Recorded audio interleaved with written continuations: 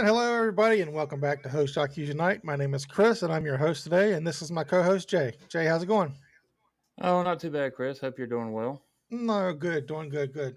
So, how's your day been? Uh, Not too bad, I guess. From an old man's perspective, I guess I woke up grumpy, which is nothing new, and she rolled over and went back to sleep. So yeah. Yeah, I hear you. I hear you. So, what we got on the store for the people today? Well, first of all, I want to wish everybody a happy Super Bowl Sunday. I hope the team that you're pulling for does well. Personally, I'm pulling for the referees and the Super Bowl commercials. Yeah, exactly, Uh, exactly. So, I don't get a chance to watch football that often. Uh, and I really don't know who Taylor Swift is, but darn, he sure does sound fast. Boom, boom. Good job. So, So, what else you got going on for us today? While we're well, tell everybody a quick story. Something happened to me the other day. Um, we were at our home away from home Walmart, and we were looking around, and I'm seeing all these guys buying their wives, stuff for Valentine's Day and whatnot. And I got to thinking, I really hadn't got a whole lot of stuff in the past for my wife, Kathy. I mean, I get little things here and there throughout the year. And, but on Valentine's Day, I really haven't, I guess you would say, splurged on her in a long time. So I asked her, I said, honey, I said, uh, Valentine's Day is coming up. I said, what would you like for Valentine's Day? And she looked at me. She said, well, you can get me my favorite flower. Guys, evidently a bag of self-rising flour was not what she was talking about. For about 2 days, I had a sore jaw, and my wife has been banned from Walmart for a month.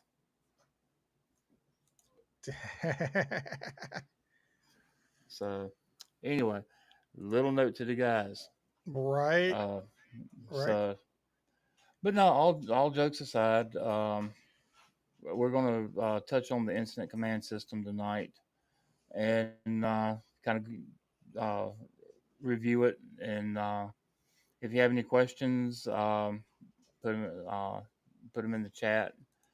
The unique thing about the incident command system is the fact that as your incident grows, you can reach in this toolbox called the incident command system and pull out more tools to help you mitigate the situation. Um, and as the incident uh, dissipates, you can put those tools back in the toolbox. Right, exactly. It's the And scalability and that makes it so good. exactly. Um, Personally, being in the positions that I've been in, I have had my shot at command, and luckily my incidences were on the small scale. The larger incidents that we had, was either command was handed over to either the assistant chief or the chief, and then they took it from there. Um, it's most of my stuff was like simple room and contents fires, things of that nature. Sure. Um, so and sometimes when we had said room and contents, depending on uh, how far the fire had progressed, um, would dictate whether I took command or give a quick size up and tell a second due officer to take command. Sure. Uh-huh. Uh, so it just the incident dictated my actions. So, Chris, I believe you got a little bit of a slideshow for us. Yeah. And keep in mind the show is not the be all and the end all of incident command. It's not a certification class. It's just touches very lightly on the incident command system itself as It was. So, give me a second here. Oops, wrong one. Okay, it's not up yet. So, give me 1 second here. So, Incident Command System, ICS, and National Incident Emergency System, NIMS, enhancing emergency response coordination.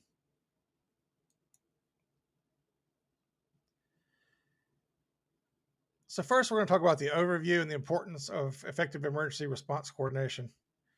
So, timely and effective response coordination ensures that emergency response efforts are well organized, executed, and promptly. The ability to act quickly can significantly reduce severity of impact, increase the chances of saving lives and property.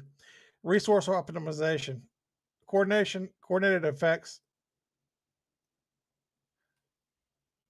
prevent duplication of tasks and help optimize the use of available resources, including personnel, equipment, and supplies. This is especially important on situations where resources may be limited or stretched thin. Improve communication. Effective coordination enhances communication among various response agencies, organizations, and stakeholders. Clear, timely communication is essential for sharing critical information, coordinating actions, and addressing evolving situations during emergencies.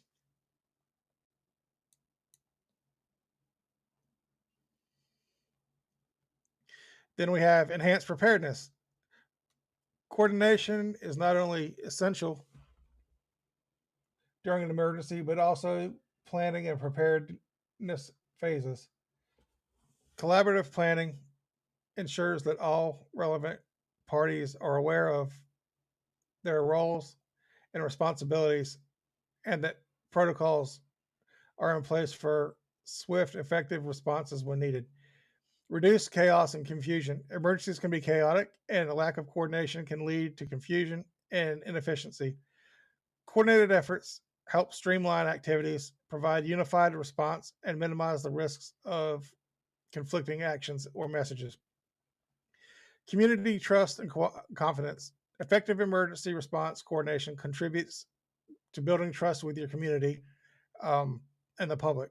When people are well coordinated and organized response, they are more likely to trust the authorities and follow guidance, which is crucial for the overall success of response efforts. Jay, pick it up just for a minute and discuss that for a second.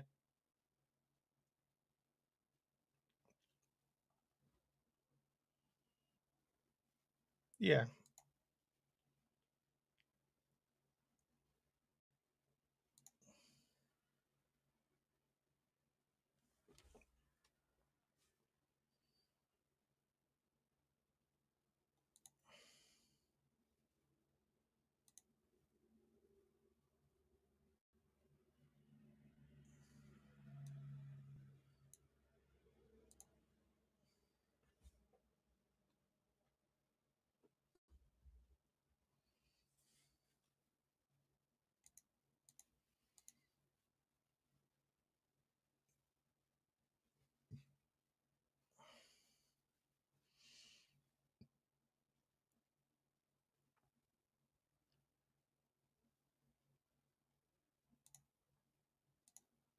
Power company, uh, whoever your resources may dictate that you need, you'll have someone, a representative from that company, there at your command post and be able to handle all aspects of the situation.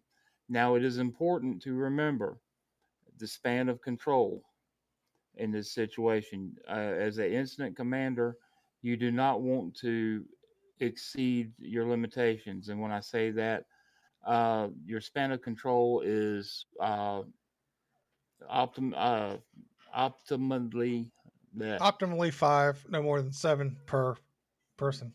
Exactly. Thank you. I forgot how to talk there for a minute.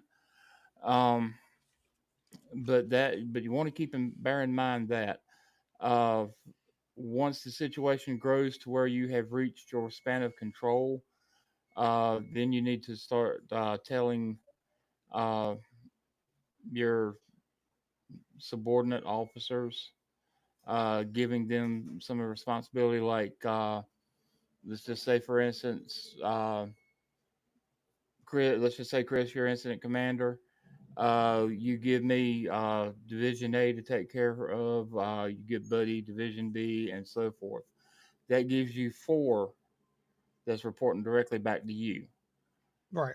Therefore, your span of control is not exceeded, and you can maintain the incident without overstress. And the same thing with EMS or whoever. Uh, the span of control is 5, no more than 7.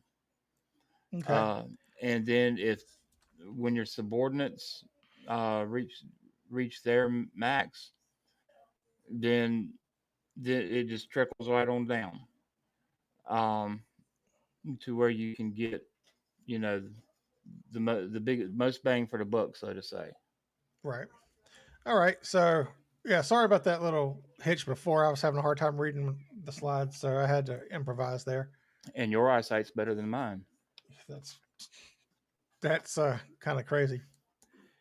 So continuing um, on the step of overview of the importance of effective emergency response coordination, we have cross-agency collaboration. Emergencies often require the involvement of multiple agencies and organizations. Coordinated efforts foster collaboration among these entities, breaking down silos and ensuring comprehensive and integrated response. We have adaptability and flexibility. Coordinated response systems are better equipped to adapt to changing circumstances, unexpected developments during emergencies. This adaptability is crucial for addressing evolving threats and challenges effectively. Then we have post event evaluation and learning. After an emergency is over, uh, coordination allows for comprehensive evaluation of the response efforts. This includes identifying strengths, weaknesses, and areas for improvement. Learning from each response helps enhance preparedness for future emergencies.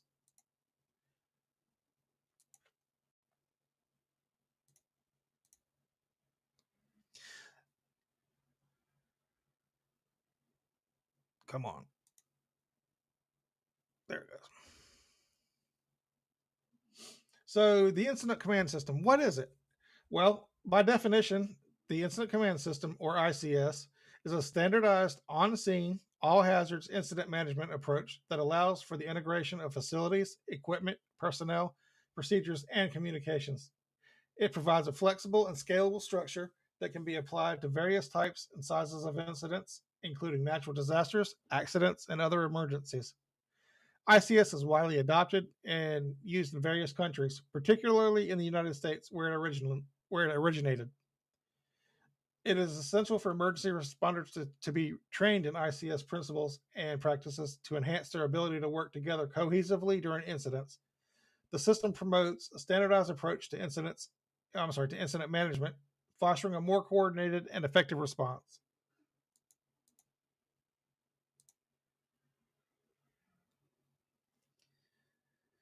And the history of the incident command system.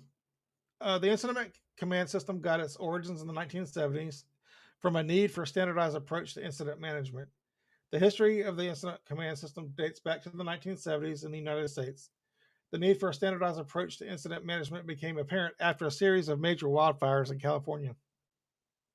These incidents highlighted the challenges of coordinating multiple agencies and resources effectively. As a result, the concept of ICS was developed to address these issues and improve the overall coordination of emergency response efforts.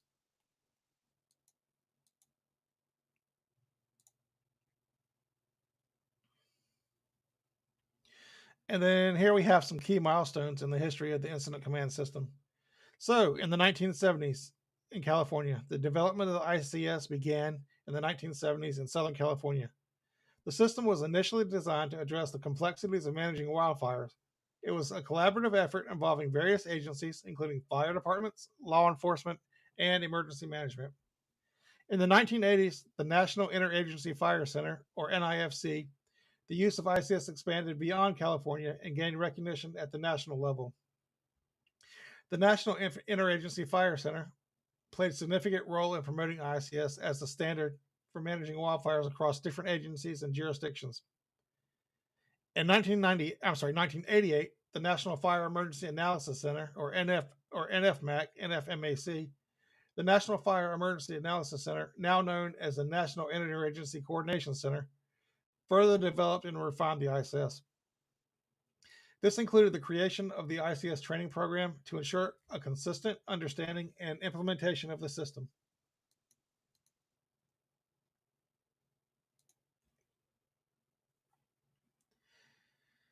In 1991, adoption by the federal government, the U.S. federal government officially adopted ICS as the standard for emergency management through Homeland Security Presidential Directive 5.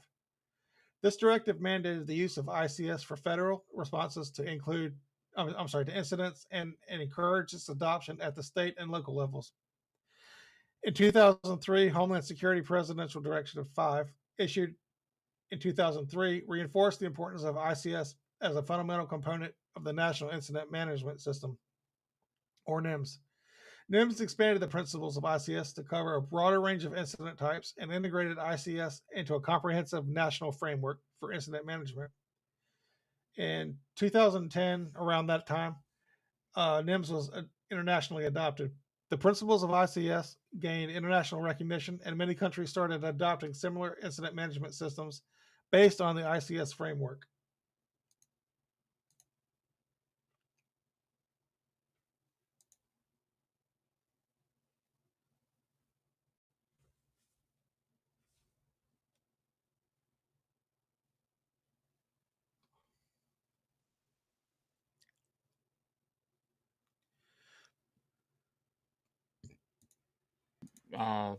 Plain text or plain speech radio transmissions, correct?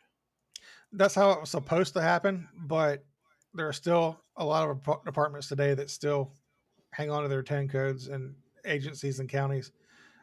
Really, that was supposed to take place after 9/11 because of the big communications error. The communications breakdown in 9/11 when you had all these agencies were trying to communicate and no one knew what each other was talking about. Yeah. You had NYFD, New York Police, and EMS, and all the other agencies all use different codes.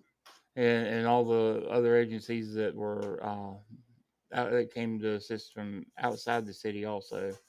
They probably, so I've always listened and wanted when the 10 codes, were still in use. When I was little, I'd listen to the scanner. I was just waiting to get to hear 1068. Do you remember what that was? No. Livestock on the highway. And it could always be something different depending on the county. That's another thing.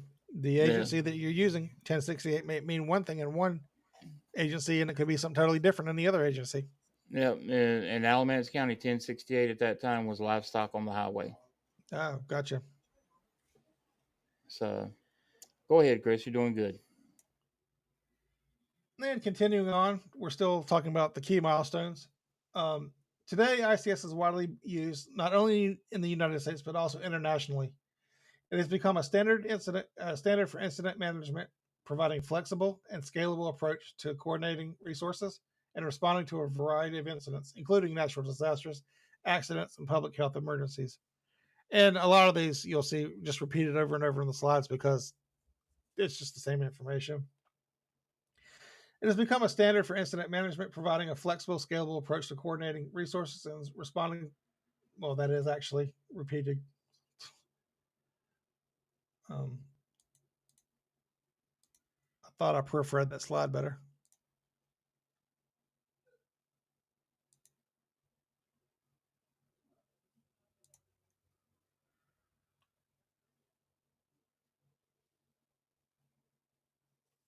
Right.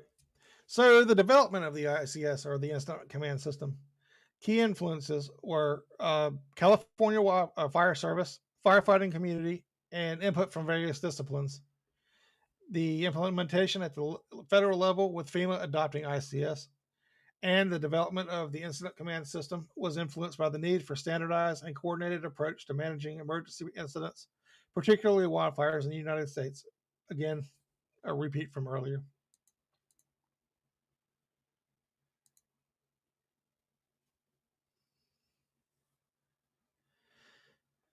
Early experiences and challenges from the 1960s to the 1970s. In the 1960s and 70s, various agencies and jurisdictions responded to emergencies with their own management structures, communication systems, and terminologies. This lack of standardization led to coordination challenges during major incidents, such as wildfires in California. Agencies found it difficult to work together efficiently and share resources. Southern California fires. In the 1970s, the watershed moment for ICS came during a series of major wildfires in Southern California. These incidents highlighted the need for a unified command structure that could facilitate collaboration among diverse agencies, including fire departments, law enforcement, and emergency services. The development of basic principles. The early development of ICS involved collaboration between federal, state, and local agencies, along with input from various emergency management experts. The aim was to create a system that could be universally understood and applied across different types of incidents and jurisdictions.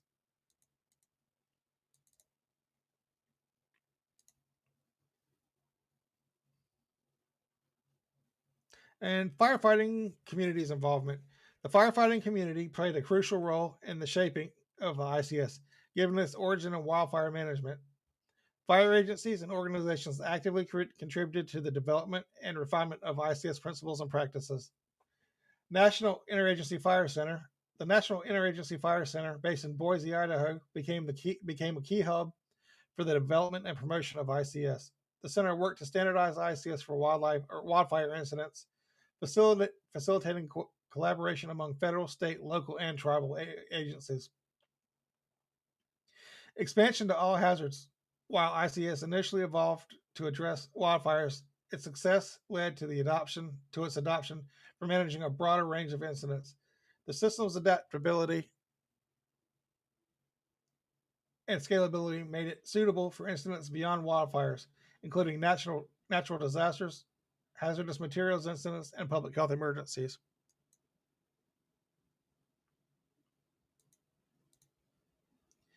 So, overall, the development of the ICS involved collaboration, learning from practical experiences, and a commitment to creating a system that could be universally applied to enhance the coordination and management of emergency incidents.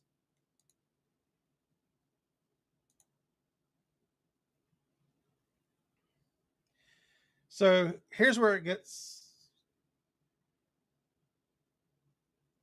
Hold on a second.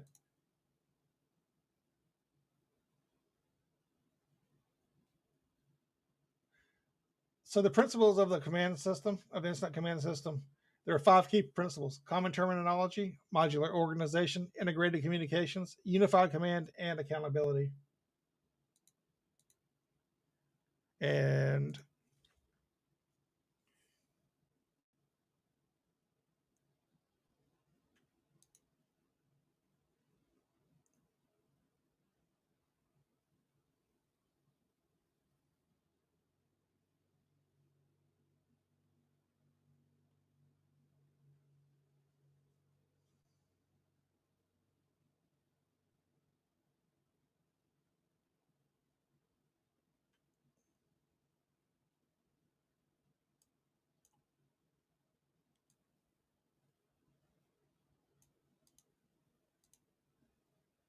The tanker, you're going to get a great big truck with about 2,500 gallons of water on it that'll come rolling in and hook up to your engine. exactly. California, you request a tanker. You're going to get a great big airplane that's going to drop multiple thousands of gallons of water mixed with fire retardant on you. Mm-hmm. If you in there, if you want what we consider a tanker, you request a water wagon. Oh, okay. Did not know that So, terminology. See? so that's why it's important for the uh, to come together and with one basic um, term for everything that Right. everybody understands. And granted, the airplane with the multiple thousand gallons of water would probably do the job. But if you're in a situation where you only need like 1,000 gallons of water, and you come in and basically clay bomb the whole area with the retardant, uh, no. Yeah, that and you're gonna have some pissed off hot shots. Oh, you ain't kidding. So the continuing on or with the principles of the incident command system, common terminology. Uh, Establish and use common terminology to facilitate clear communications among responders from different agencies and jurisdictions. Standardized language ensures a common understanding of roles, responsibilities, and procedures. Modular organization. ICS is organized in a modular structure with key management positions, including incident commander, operations section chief, planning section chief, logistics section chief, finance and administration section chief. The organization can expand or contract based on the size of the complexity of the incident, which is basically what you were talking about before. Mm-hmm. And then you have unified command. When multiple agencies and jurisdictions are involved, establish a unified command structure. This involves representatives from each agency or jurisdiction working together to make more collective decisions and coordinate efforts. Unified command ensures coordinated responses and fosters collaboration.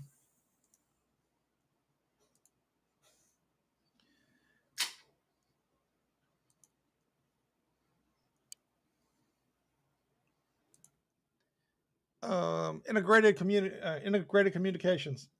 Ensure the development and use of integrated communication systems to facilitate information exchange among responders. Effective communication is crucial for coordination and decision making during incidents. So that's not necessarily talking the same language. That's more like physical systems such as radios, maybe involving like ham radio operators in the incident to help pass messages and whatnot.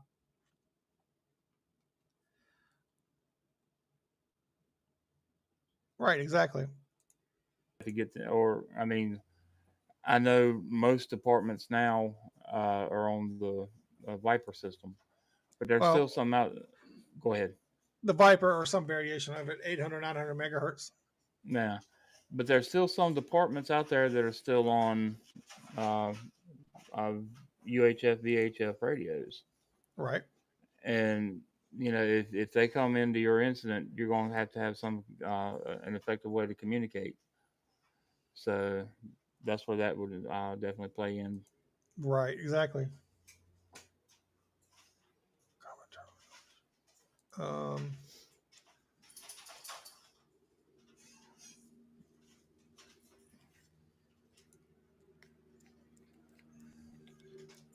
there goes the trucks. Yep.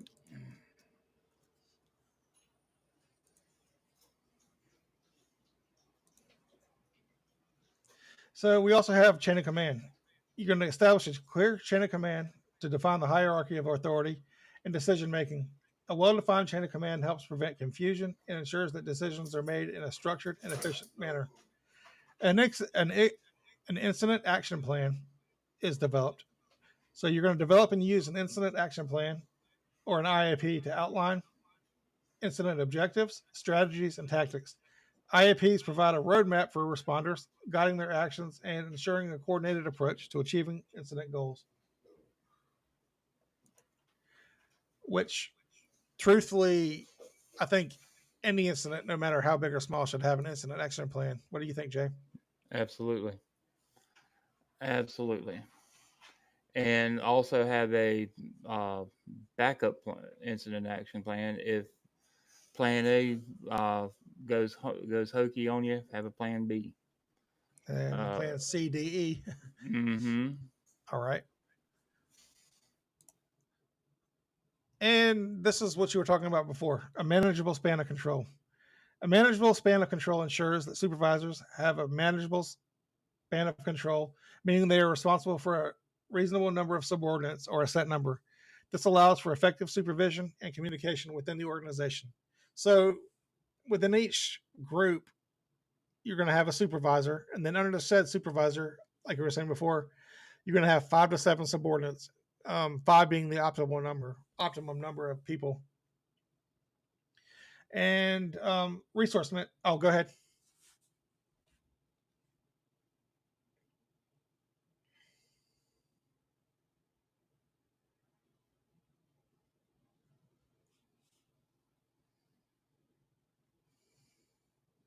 Right.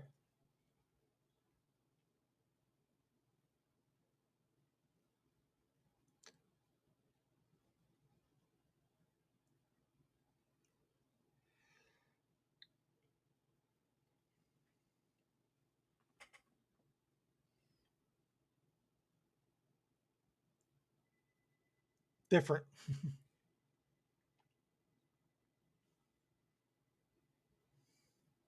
Right.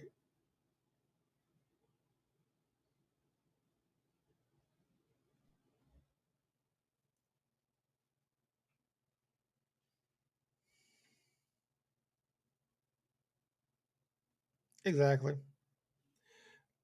Um, so another principle of the incident command system is resource management. You're going to develop and implement processes for identifying, ordering, mobilizing, and demobilizing resources such as personnel, equipment, and supplies. Efficient resource management is essential for an effective and coordinated response. And the next one is basically what you're talking about, which is transfer of command. Establish procedures for transfer of command when there's a change in leadership needed or when incidents evolve. This ensures a smooth transition of responsibility and maintains continuity in incident management. Like you were saying before, when you do a transfer of command, you do it face to face. That way, there's um, no mistakes.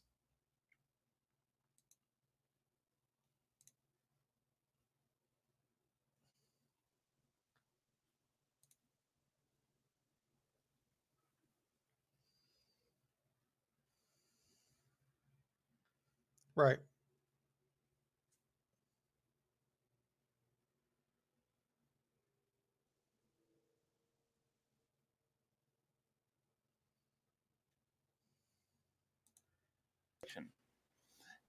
Would always be it's always good to do that also face to face. To like I said, clear. The instructions are clear and understood.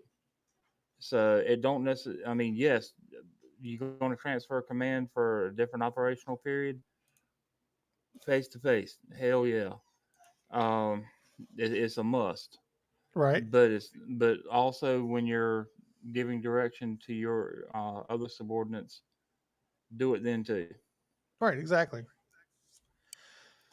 Okay.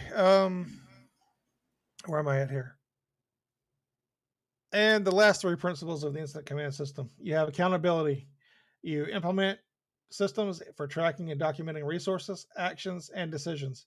Accountability measures help ensure transparency, facilitate evaluation, and contribute to organizational learning and future incidents. And that's not just an accountability as far as like how many firefighters do you have in a building. It goes beyond that. It goes to for the whole incident. Help me out, Jay.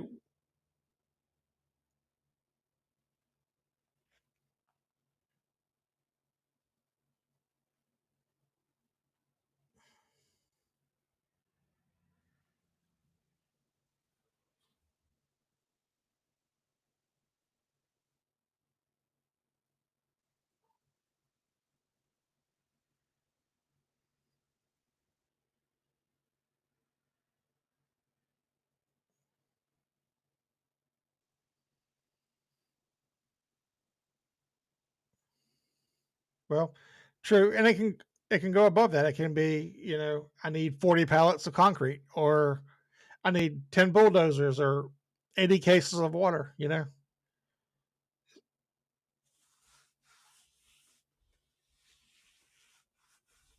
Yeah, but you still have to be accountable for where your resources are.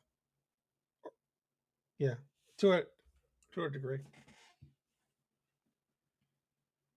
So these principles form the foundation of the incident command system and are designed to be flexible enough to apply to various types and sizes of incidents. ICS is widely adopted in emergency management and response, providing a standardized and scalable approach to incident coordination.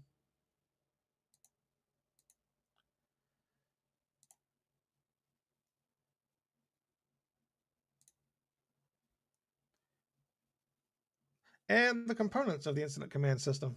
We have the incident commander, we have command staff, and then we have general staff, which is operations, planning, logistics, finance, and administration.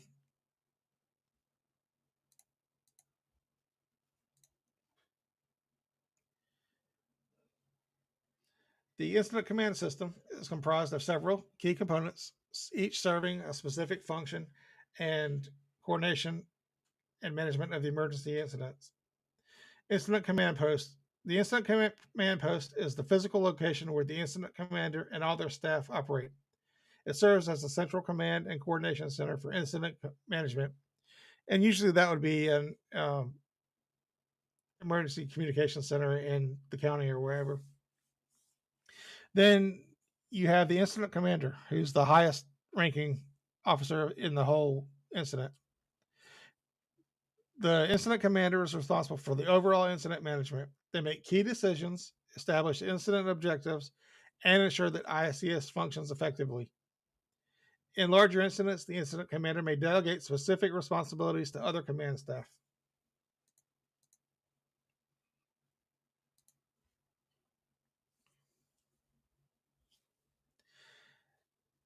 And we're still talking about command staff here. So you have the public information officer, who manages the information released to the public and to the media. You have the safety officer, who monitors and assesses safety hazards and issues related to incident operations. And then you have a liaison officer, or an LO, who coordinates with other agencies and organizations to support incident objectives.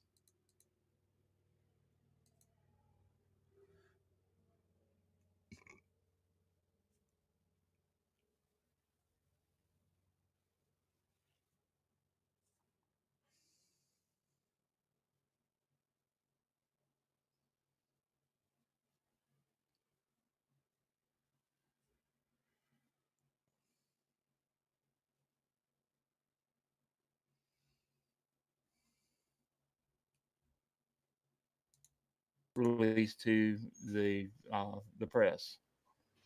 Exactly. Um, or you could open up a you could open up a shitstorm like you've never seen before. And usually, as far as the safety officer, I mean, it may have changed. It probably has changed because I've been out for a while.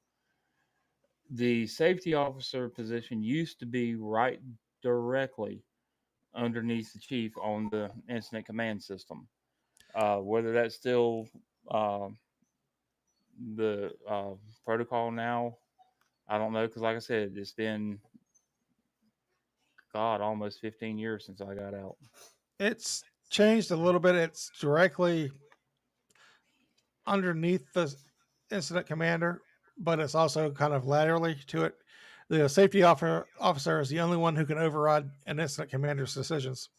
Exactly, exactly. Um, And I did that one time, and it was the weirdest feeling uh, because at the time my dad was chief. You try bucking your dad, right. yeah, But and but I was on one side uh, of the structure. He was on the other. I seen something that he didn't, and I pulled the crews out, and then I went around to the command post and told him what was going on and why I done it. yeah, but getting back to the PIO, usually the PIOs are usually it's a specific job that somebody has. That's their job, and they're trained how to do it. So they're not like giving out information willy nilly. Hmm.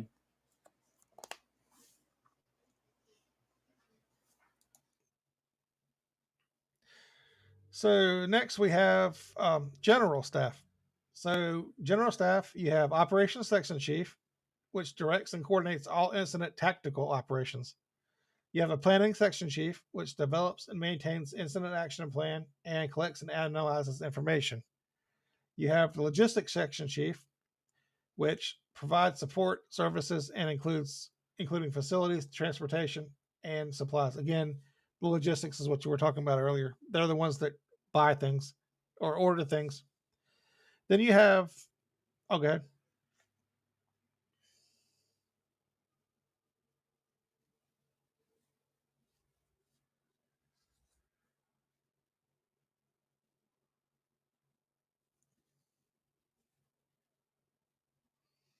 All right.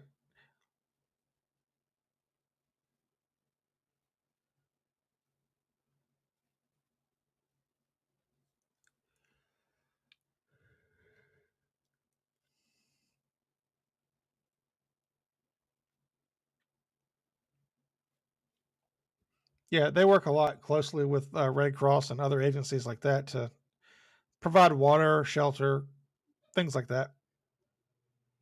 And then you have finance and administration section chief. They manage all financial aspects, procurement, and cost analysis. They're the ones that make sure you get paid for doing what you do, and that all your resources get paid for.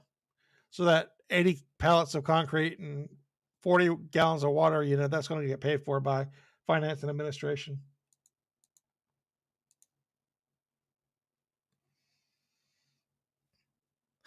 Right?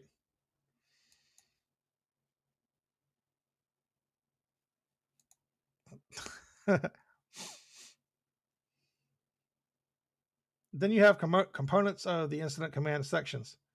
So the ICS organizational structure includes sections, which are headed by a section chief to address specific functional areas. You have an operational section, which is responsible for tactical operations and managing resources in the field. You have a planning section, which develops and maintains the incident action plan, collects data, and analyzes information. And again, we have logistics, which manages resources, facilities, services, and support functions, and finance and administration. We just covered that actually.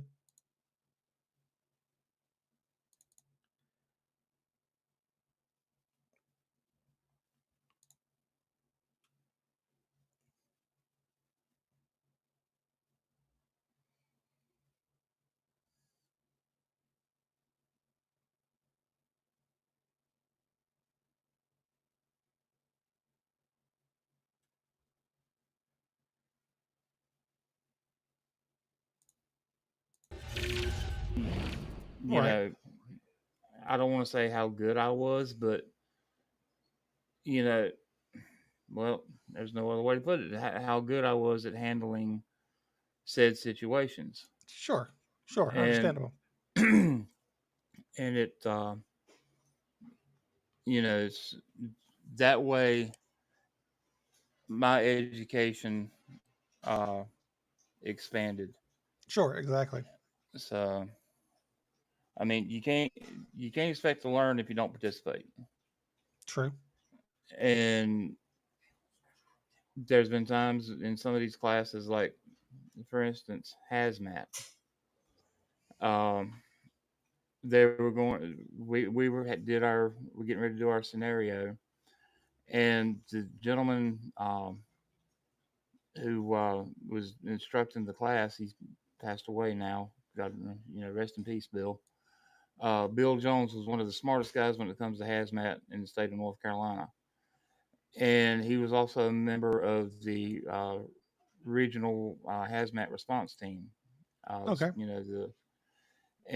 He arranged it where the regional one hazmat truck was at our incident, and he said, "Okay, it's time to assign for what's your assignment? Who wants what?" And he says, "Who wants incident commander?" Everybody kept their mouth shut. Not it. Nobody wanted it. Everybody's like, not it. And he went on down and got got his uh, got his people, and he says, "All right, we got to go back to incident command."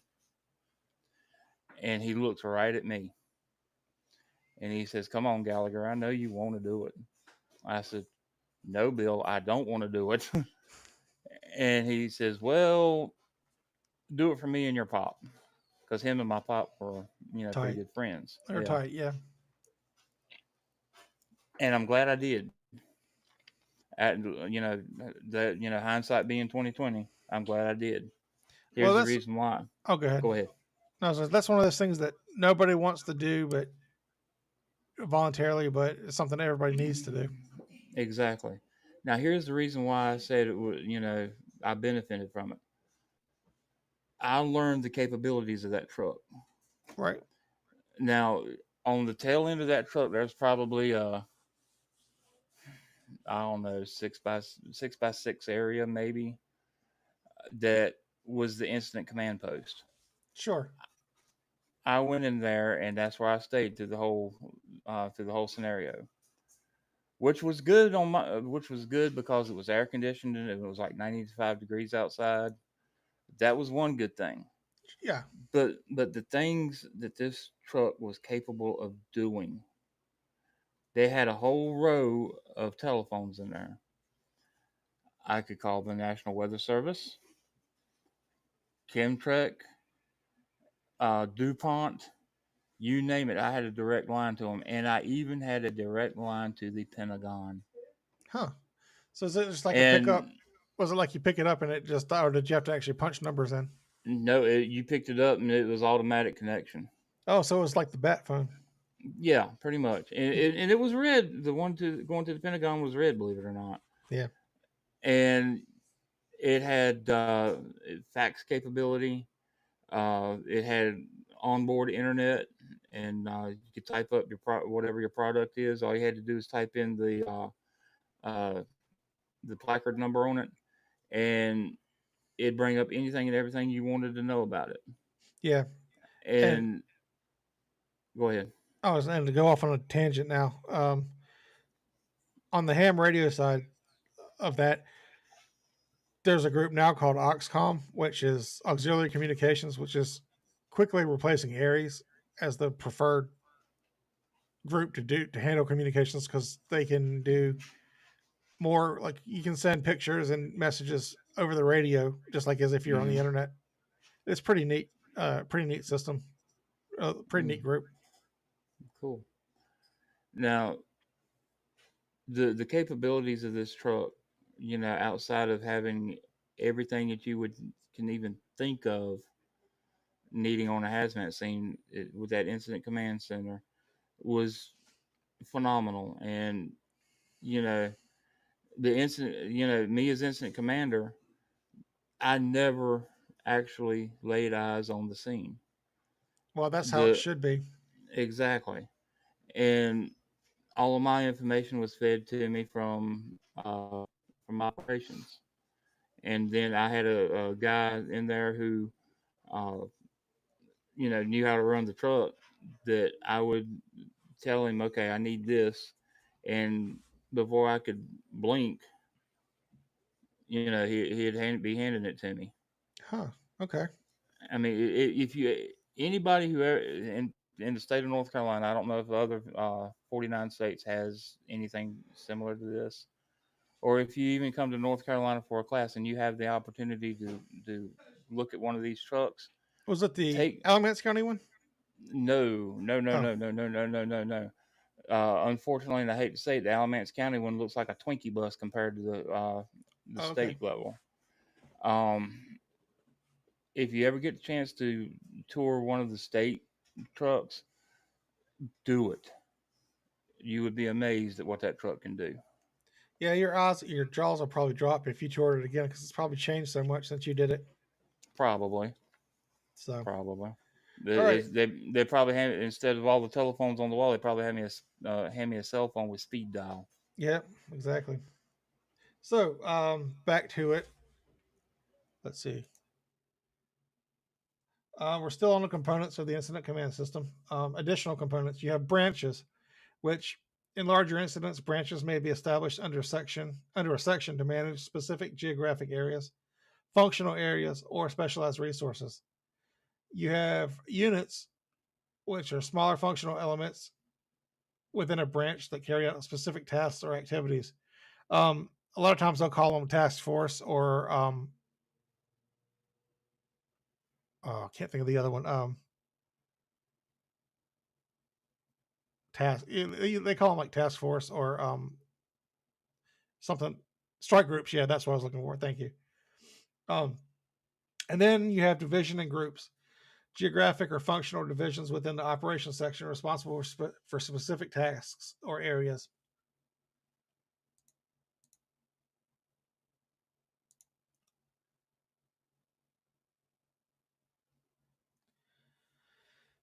And then you have your incident action plan, which I spoke of earlier, but we're going to go a little bit more deeper into it.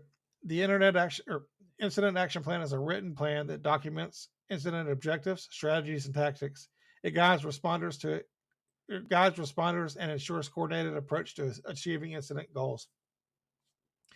You have common terminology, which is the use of standardized languages and terminology, which is called clear text, which ensures clear communication and understanding among all responders involved in the incident. So basically, it's using plain language or clear text instead of using specific 10 codes. You have integrated communications, which is establishing effective communication systems to facilitate information and exchange among responders, agencies, and jurisdictions.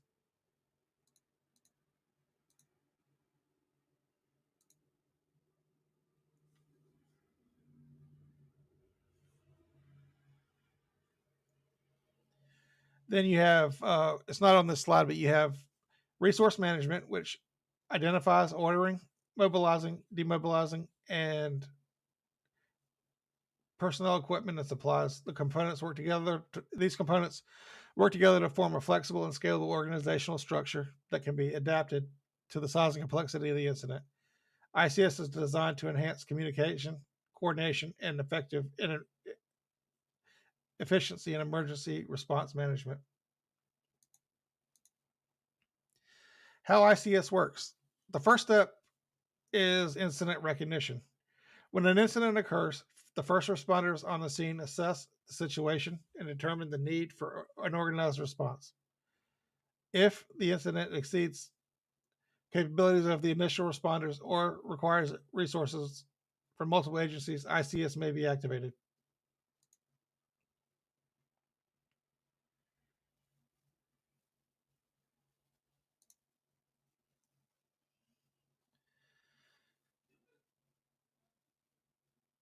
Okay, and then the first step, or part of the first step, is in the ICS is the appointment of an incident commander who takes charge of the overall incident management.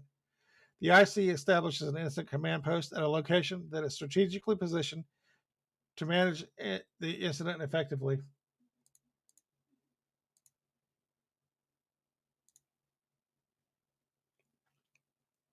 I'm a few slides behind, apparently.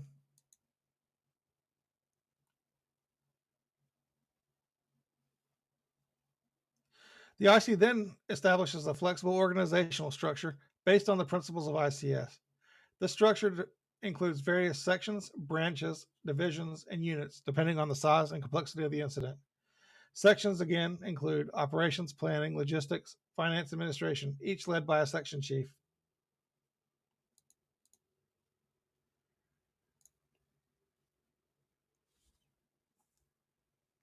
Then we set up unified command if it's needed. All incidents involving multiple agencies or jurisdictions, a unified command structure may be established. This involves representatives from each agency working together to make collective decisions.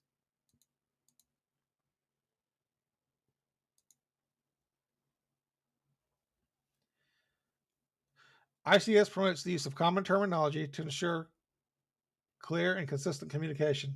This helps avoid confusion and misunderstanding among responders from different agencies and disciplines. We've already covered this.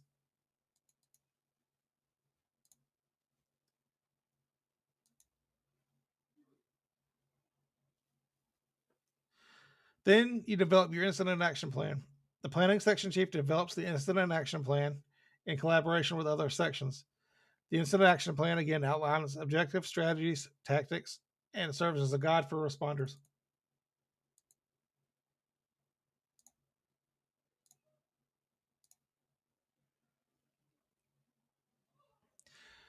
Then you have to deal with your resource management. The logistics section chief is responsible for resource management, including the identification, ordering, mobilization, and demobilization of resources such as personnel, equipment, and supplies.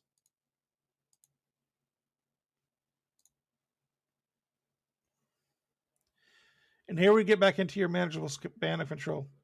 Supervisors at all levels are assigned a manageable span of control, meaning they are responsible for a reasonable number of subordinates. This ensures effective supervision and communication.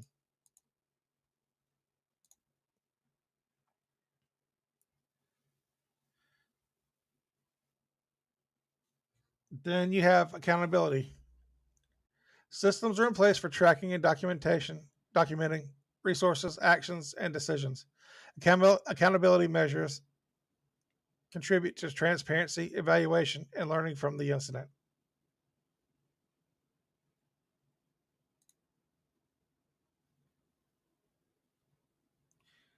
And then you need to, you have transfer of command. Procedures are established to transfer command in case of a change in leadership or as the incident evolves.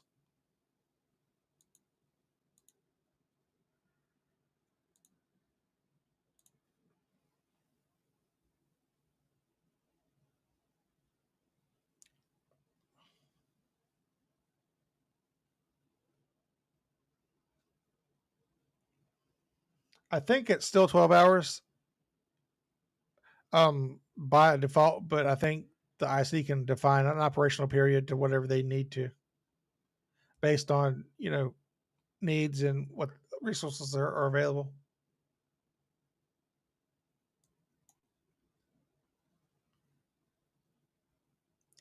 And then when it's all said and done, we have demobilization. That's the last step. As the incident is brought under control and objectives are met, resources are systematically demobilized and the ICS structure is scaled down. Meaning, they might send a truck company home, they might send an engine company home, or they might send police home or EMS, whatever, whatever they're through with, they'll demobilize that resource and place it back in the pool to be used again. And by implementing these components and principles, ICS provides a flexible and scalable framework for incident management that can be adapted to various types and sizes of incidents. And it enables a coordinated, efficient, and effective response to emergencies and ensures that responders from different agencies can work together seamlessly.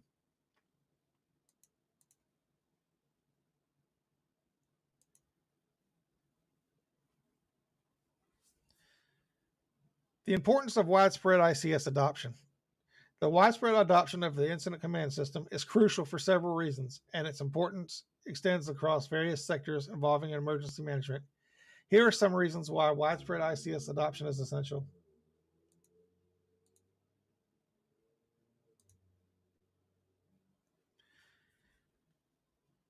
First, we have interagency coordination. ICS provides standard framework for coordinating responses among multiple agencies and jurisdictions. This is especially important during large-scale incidents that require collaboration between entities such as fire departments, law enforcement, emergency medical services, and public health agencies.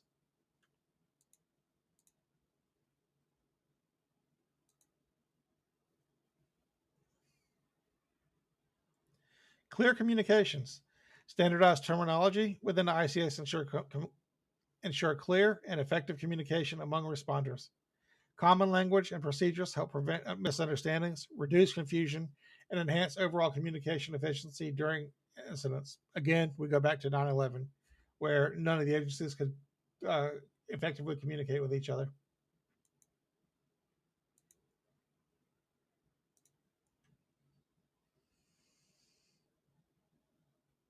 Scalability and flexibility. Again, one of the main reasons why ICS is so good to use. ICS is designed to be scalable and adaptable to incidents of varying sizes and complexities. Whether responding to a small local incident or a large complex disaster, ICS provides a flexible structure that can expand or contract based on the needs of the incident.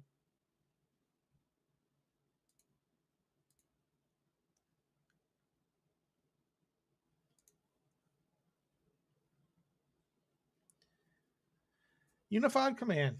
The concept of unified command within ICS allows agencies with different jurisdictions and authorities to work together seamlessly. This collaborative approach ensures that decisions are made collectively and that resources are used efficiently to achieve incident objectives.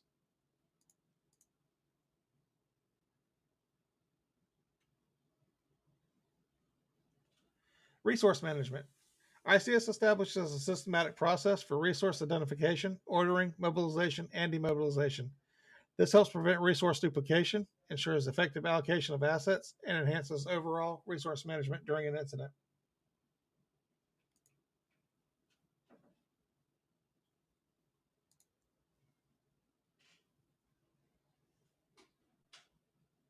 And there's a slide for Unified Command.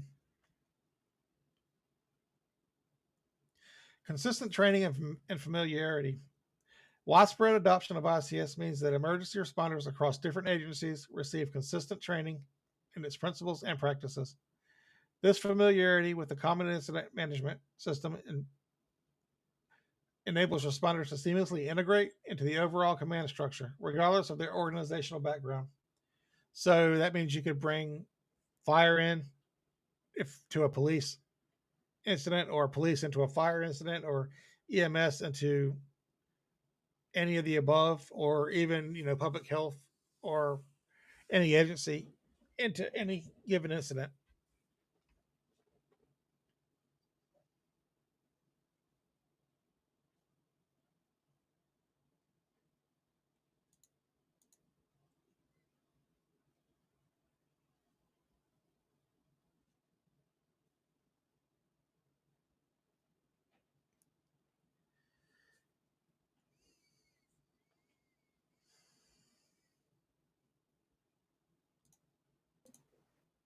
and assist everybody, uh, excuse me, trying to get into access to patient. Exactly. So,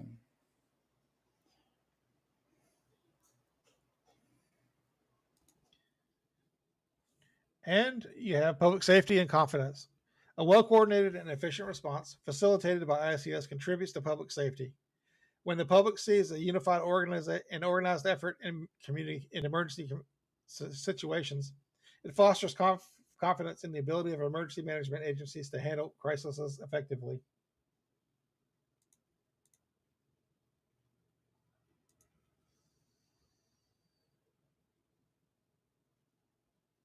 Then you have legal and regulatory compliance reasons. ICS has become a recognized standard not only within the United States, but also internationally. Its widespread adoption enhances collaboration and interoperability between countries during global emergencies, fostering a more coordinated and effective response to transnational incidents.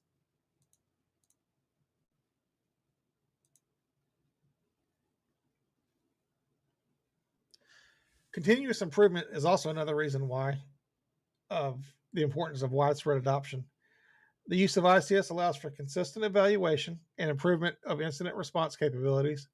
After action reviews and lessons learned contribute to ongoing training and development, ensuring that emergency management practices evolve based on real world experiences. The widespread adoption of ICS is vital for promoting effective emergency response, ensuring collaboration across agencies, enhancing public safety, and maintaining compliance with legal and regulatory requirements. It provides a structured and standardized approach that facilitates a coordinated response to incidents of all scales and types.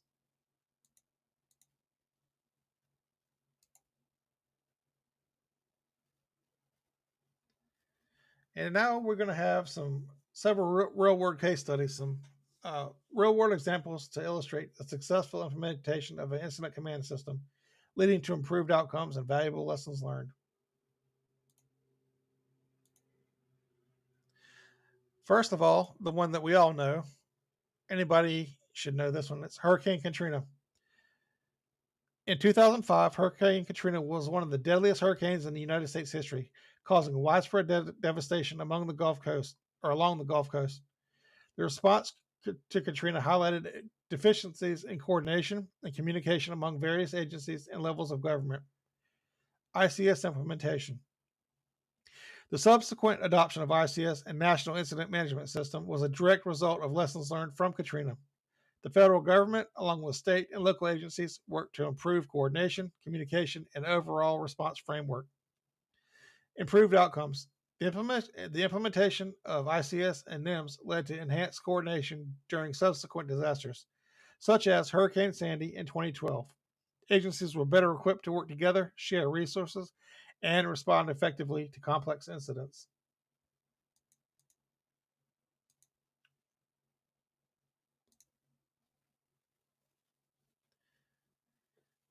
2007, San Diego County fires.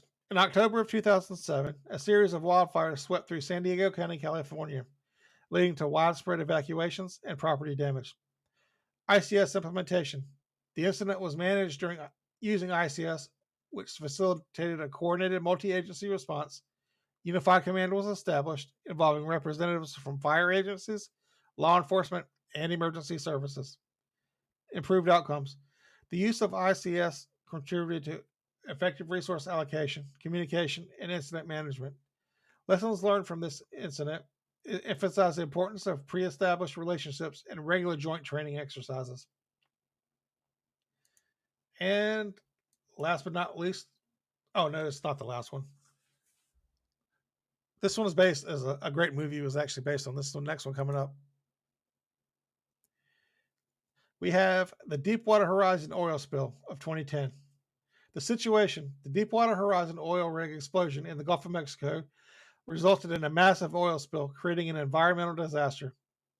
ICS principles were employed to manage the response effort involving federal, state, and local agencies, as well as private industry.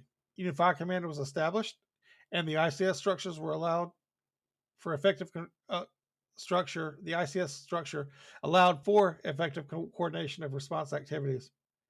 While the incident had severe environmental consequences, the ICS implementation helped mitigate the impact to some extent. The response efforts demonstrated the importance of a unified and organized approach in managing complex and large scale incidents. And last but not least, the one we all know and love, COVID-19 pandemic began in 2020 and is an ongoing thing. The global COVID-19 pandemic presented a complex and evolving public health crisis, requiring coordinated responses from various agencies and organizations. ICS principles were applied to the pandemic response, emphasizing unified command, clear communication, and coordinated approach across public health agencies, emergency services, and government entities. The use of ICS facilitated establishment of emergency operations centers, coordination of testing and vaccine efforts, and communication strategies. Lessons learned included the importance of flexibility, adaptability, and ongoing communications in managing a prolonged and dynamic event. Jay, anything you want to say about that?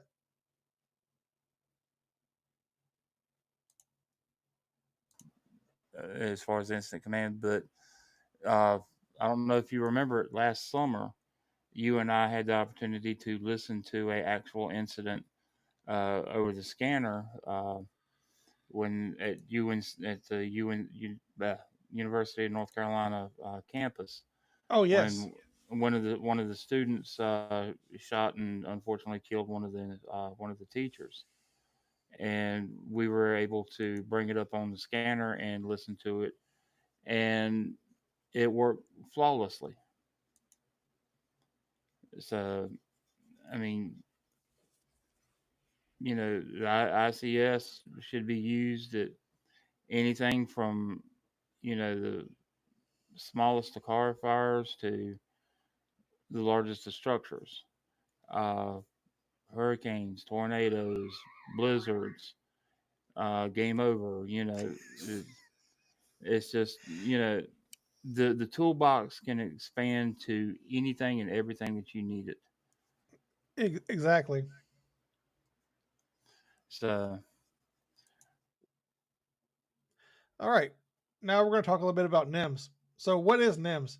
The National Incident Management System stands as the cornerstone of effective incident response in the United States. Established in 2004, it provides a cohesive framework for government agencies, private entities, and non governmental organizations to collaborate seamlessly during emergencies. Its hallmark is an all hazards approach.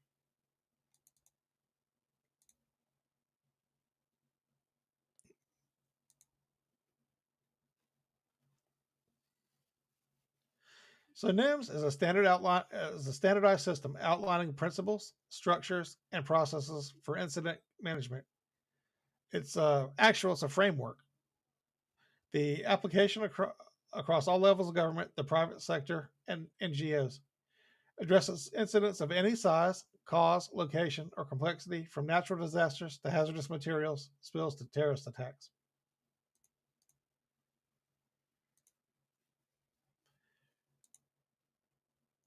And what are the core benefits of NIMS? Well, you have interoperability, common terminology, training standards, and communication protocols ensure everyone speaks the same language, regardless of their background. You have a clear command structure, which is the incident command system.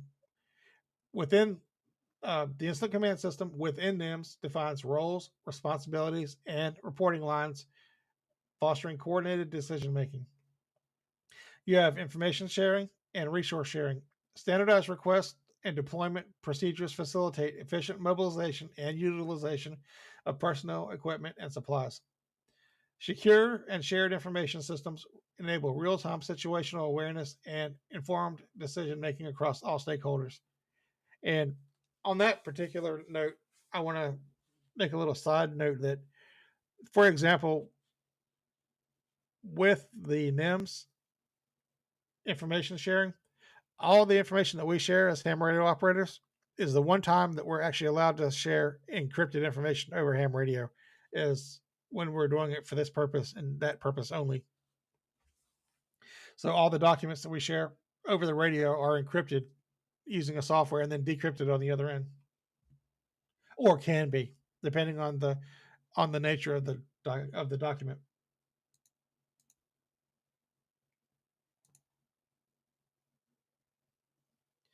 So, what is the all hazards advantage? Well, NIMS eliminates the need for separate response plans for each type of incident, saving time and resources during critical early stages. Responders trained in NIMS can rapidly be deployed to diverse emergencies, improving response agility. Standardized procedures ensure consistent levels of performance across incidents, regardless of their nature.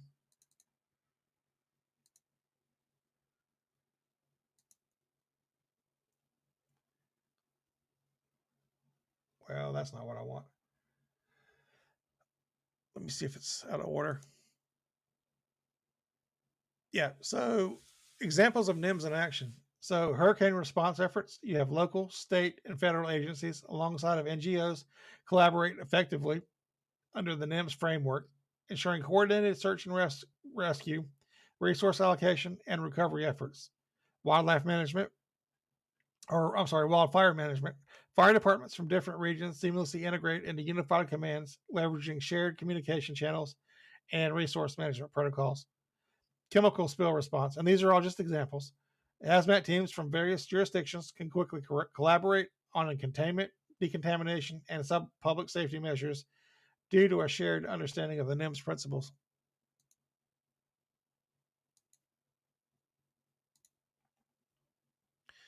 And finally, the conclusion. NIMS serves as the glue that binds diverse response efforts across different incidents. Its all hazards approach creates a common operating ground, fostering effective communication, resource sharing, and coordinated action to minimize incident impact and expedite recovery. By standardizing response procedures and promoting collaboration, NIMS plays a crucial role in enhancing national preparedness and resilience in the face of ever evolving threats and challenges.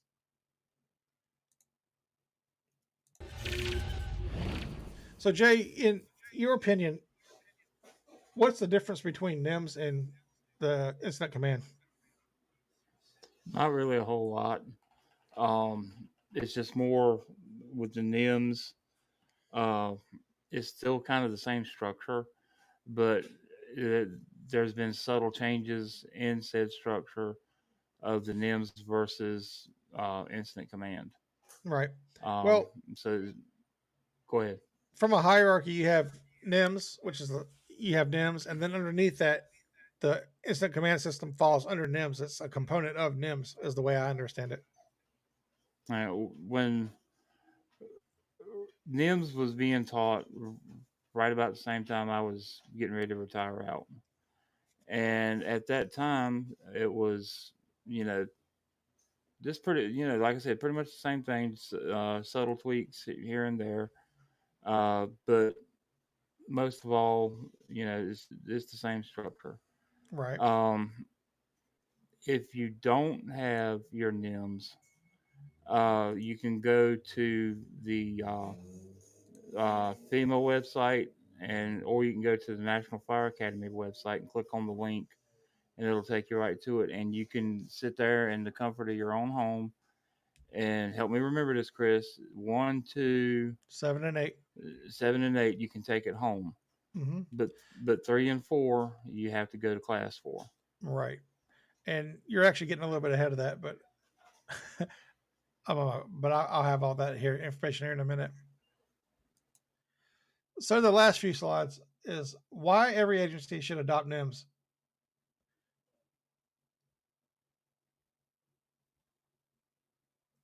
You have reduced duplication effort. NIMS eliminates the need for developing separate plans for different incidents, saving time and resources. It provides a single framework adaptable to any incident.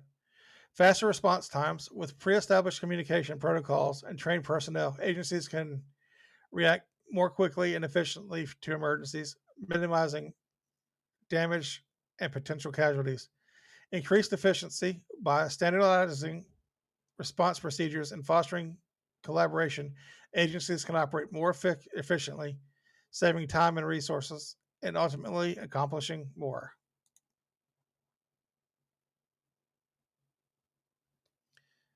Clear roles and responsibilities. NIMS defines clear roles and responsibilities for incident response, ensuring everyone understands their duties and contributes effectively. Enhanced performance tracking, standardized procedures, and reporting systems facilitate comprehensive performance evaluation and improvement opportunities. Greater public confidence by adopting a widely recognized standardized systems. Agencies demonstrate the commitment to preparedness and effective response, fostering public trust and confidence.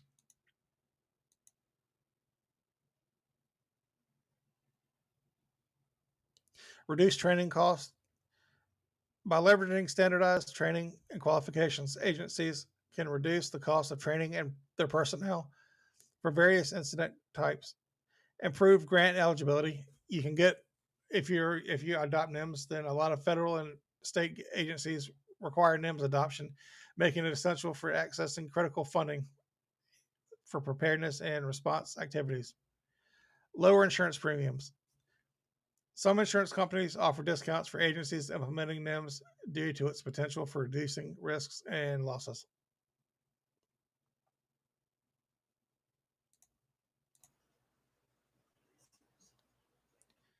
Okay, I'm going to put up here.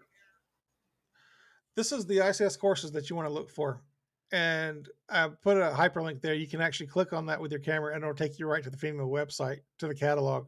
If you decide you want to choose, to take the NIMS courses, you have ICS 100, and that's the course number to the right of it, ISO 100C. You have ICS 200, ISO 200C, ICS 700, which is ISO 700B, and ICS 800, which is ISO 800D. And I also wrote the website down there, firstrespondertraining.gov/FRTS/NCPCAT, which is, again, the catalog for the courses. You can find your courses there, do them at your own pace, and then you get a little handy dandy nifty certificate for it. Right?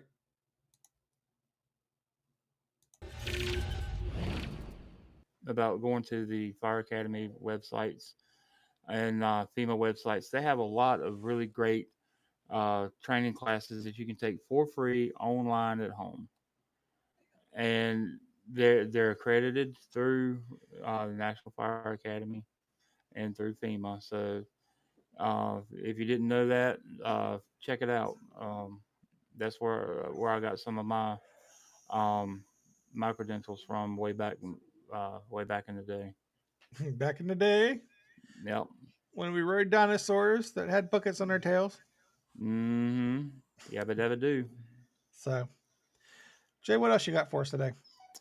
Uh, that's about it for me. Just from if you are ever in a command situation and it is a multi-agency deal, no matter how much chaos is going on at that command post, always remember one thing: remain calm, cool, and collected. Because if your subordinates see the incident commander uh, flipping the script, going ape shit over something, then how much confidence is that going to give your subordinates in your decision making? Right? Exactly. Exactly. And if someone from um John Doe Public sees it, you'll never live it down. That's kind of the same way with any kind of response, even if you're not an IC. If you go to True. any kind of, even as a medic or EMT or a firefighter, if you go there and you don't project an air of confidence, then people are going to see it. Yeah. Now, don't get cocky. By no means, don't get cocky. Just Oh, yeah. calm, cool, collected. A happy middle ground. Now, unfortunately, on my first couple of times as command, my superior officers could always tell if there was something to the incident or if it was just, you know, nothing to it, be home in a few minutes type thing. Yeah, your And voice got a couple my octaves higher on the radio. mm-hmm, I went from what you hear now to almost Mickey Mouse type thing. So yeah, and guys, when you're, a good scene size up is going to dictate uh, how big you're you're going to expand the toolbox of the ICS. And just remember one thing: when you're giving your over the radio report, the words "holy shit" does not count as a good size up. No, it doesn't. Not at all. So, Oh, but Chris, very good job. A lot of information. Um, if, is there any questions in the chat by chance, or no, nothing today. okay? Well, I'm good if you're good. All right. Well, again, we thank you for joining us today. And if you like our content, please like and subscribe to the podcast, to the YouTube channel. It don't cost Don't a cost thing a thing. to like and subscribe. It's one of the few things in this world that's still free. Right, exactly. So, again, thank you for watching, and we'll catch you on the flip side. 2 in. 2 out. See you on the flip side.